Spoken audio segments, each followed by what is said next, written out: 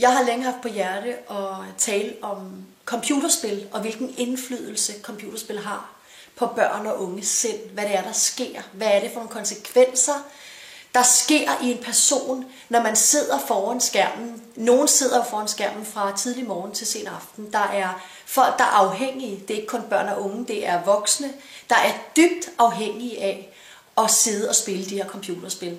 En ting er, at dem, som producerer de her computerspil, de tjener kassen på at gøre os afhængige. Men en anden ting er jo netop det, der sker, at man faktisk mister denne her almindelige reaktion, når man sidder foran den her computerskærm hele tiden, og kommer ind i den her fiktionverden, hvor alt kan lade sig gøre. Man bliver selv superhelten. Dør man en gang, så får man bare en chance til.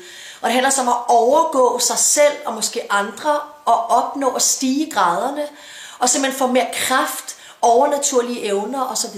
Alt kan lade sig gøre i den her verden. Og det appellerer jo til spænding og til underholdning, og det er jo helt fantastisk for opleveren. Men hvad er det, der rent faktisk sker? En ting er, det er, at man mister relationen. Man skærer relationer væk. Man bliver asocial, når man sidder foran den her skærm hele tiden. Man lærer ikke at dømme ret i situationer. Man bliver kold og kynisk, fordi du er vant til at se, jamen du kan bare skyde den der person. I nogle spil, så bliver hovederne hugget af, og det handler om at plukke mennesker ned. Jamen man får det bare ind. Det kommer bare ind i ens sind, at jamen, der er jo ikke nogen konsekvenser. Jeg kan jo bare slå den ihjel. Det er jo bare et spil. Og det er den måde, den her hjernevask, som det også er, bare sniger sig ind. Og der er mange penge i omløb, når det handler om de her spil. Og det er altså vores børn og unge, vi taler om, som bliver nærmest psykopatiske i deres måde at tænke på. De mister empatien. Fordi det er jo klart, når man ser sådan nogle ting, og det er bare spil, jamen hvordan skal man så forholde sig i sit liv? Og det er også derfor, vi ser, hvordan sproget udvikler sig til at blive mere og mere hårdt. Børn imellem, voksne imellem, relationerne bliver mere og mere nedbrudte, fordi at man bryder de her naturlige grænser. Man lærer simpelthen ikke, at der er konsekvenser. Det er en anden meget vigtig ting. At i det daglige og i det almindelige liv, jamen, der er der konsekvenser af de valg, man træffer. Men for eksempel, hvis man ikke laver sin lektier nogensinde, jamen så bliver man dårlig i skolen, når man kommer bagud. Hvis man er sur og nedladende over for sine venner, jamen så til sidst så er der ikke nogen, der gider at være ven med en. Der er konsekvenser af vores liv og de ting, vi foretager os. Jamen, hvis man løber ud på motorvejen i myldretiden, jamen så bliver man slået ihjel, hvis de ikke når at standse. Der er konsekvenser, og det man lærer ved computerspil, det er, at der ikke er nogen konsekvenser. Fordi du tager da bare et nyt spil. Og jeg synes, det er farligt. Jeg synes, det er en farlig tendens, som børn udvikler. De mister empati, de bliver nærmest små psykopater i deres måde at tænke på. Det er da graverende. Vi må da tænke over, hvad det er, vores børn og unge bliver udsat for. Forældre må være med til at regulere, så børn ikke sidder foran den skærm hele tiden. Det gør mig utrolig ondt at høre alle de historier med børn, der skærer ud på grund af computerspil, på grund af noget, de har set.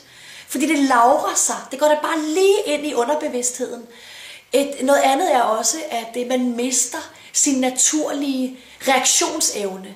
Når man er vant til at få de her chok, som hele tiden foregår, man skal bare skyde den ene og den anden, og bevare sig selv, og hoppe og springe, og alle de her ting, som er i denne her fiktionsverden.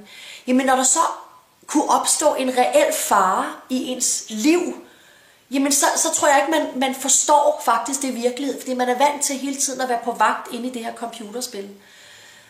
Der er et nyt spil, som lige er kommet i forbindelse med den her film, som også lige er kommet, en ny Hollywood-film, som hedder Oz the Great and Powerful. Det er faktisk en forlængelse af Troldmanden for Oz. I det her spil, der handler det så om den her The Yellow Brick Road, den her gyldne vej, som så fører til det store rige, den her himmelvældet og de her forskellige ting, de skal opnå. Og der skal man så overkomme forskellige forhindringer på den her vej. Og det er den her tankegang, som også sniger sig ind med, at der er flere liv. Jamen hvis jeg dør, så kommer der et nyt liv. Det er den her reinkarnation, som er New Age, som mange mennesker tror på. At man fødes igen som et dyr, eller hvis man har god karma i det her liv, så bliver man et eller andet i det næste liv. Men det er løgn. Det er ikke eksisterende. Sandheden er, at vi mennesker, vi har blevet givet et liv hernede på jorden af vores skaber, Gud, som har skabt os alle sammen. Og han har altså lavet en plan, en frelsesvej, fordi vi mennesker, vi har misset det.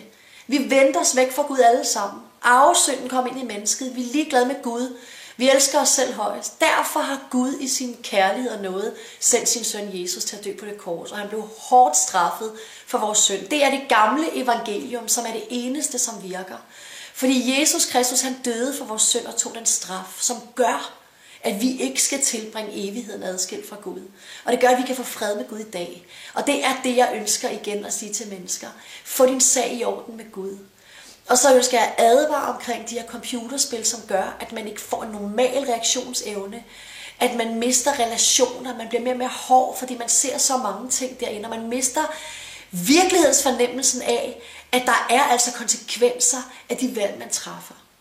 Tak fordi I lyttede.